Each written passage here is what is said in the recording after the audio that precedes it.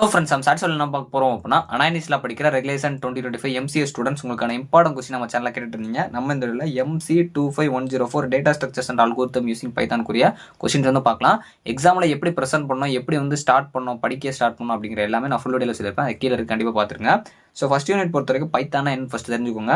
Python is and interpreter high level programming language. இது first தெரிஞ்சுட்டு உள்ளே போங்க. ஏன்னா ஃபஸ்ட்டு வந்து உங்களுக்கு பேசிக்ஸ் கான்செப்ட்ஸ் தான் இருக்கும். பைத்தானோட control flow, conditional loops, functions இதெல்லாம் நல்லா பார்த்துக்கோங்க. எல்லாமே காமனாக உங்களுக்கு தெரிஞ்சிருக்கும், நல்லா தெரிஞ்சு வச்சுக்கோங்க. என்கேப்சுலேஷன் அண்டு டேட்டா அப்ஸ்ட்ராக்ஷன் பிகோஷனில் கேட்க வாய்ப்பு இருக்குது, நல்லா பார்த்துக்கோங்க. ஆப்ஜெக்ட் ஓரியன்ட் ப்ரோக்ராமிங் ரொம்ப முக்கியம், அதுவும் பிகோஷனில் கேட்கலாம். ஸோ அதை வச்சே உங்களுக்கு இந்த என்கேப்சுலேஷன், உங்களுக்கு டேட்டா அப்ஸ்ட்ராக்ஷன் இந்த மாதிரி உள்ள வர கான்செப்டையும் டேரெக்டாக கேட்டலாம். ஸோ அதனால் கொஞ்சம் ப்ரீஃபாக பார்த்துக்கோங்க. ஏன்னா இது எல்லாமே ஆப்ஜெக்ட் ஓரியன்ட் ப்ரோக்ராமிங்குள்ளே தான் வரும். ஸோ அதே மாதிரி லிஸ்ட் ஸ்லைசிங், டப்புள் இதெல்லாம் ரொம்ப முக்கியமான ஒன்று. லிஸ்ட் ரொம்ப முக்கியம். மியூட்டபிள் அண்ட் இம்யூட்டபிள் வேல்யூஸ்லாம் கொஞ்சம் நல்லா பார்த்து வச்சுக்கோங்க. ஸோ அதே மாதிரி பைத்தான் டைப்ஸ் அண்ட் எக்ஸ்பிரஷன் இது ரொம்ப முக்கியமான ஒன்று. செகண்ட் யூனிட் பொறுத்த வரைக்கும் ஷாலோ அண்ட் டீப் கப்பிங் ரொம்ப முக்கியமான ஒன்று. ஏடிடி 2 மார்க்லேயே இருக்கலாம், பிகாஸ்ல இருக்கலாம், கொஞ்சம் நல்லா பார்த்து வச்சுக்கோங்க. அதே மாதிரி ஸ்டாக் எடிட்டி கொஞ்சம் நல்லா பார்த்து வச்சுக்கோங்க.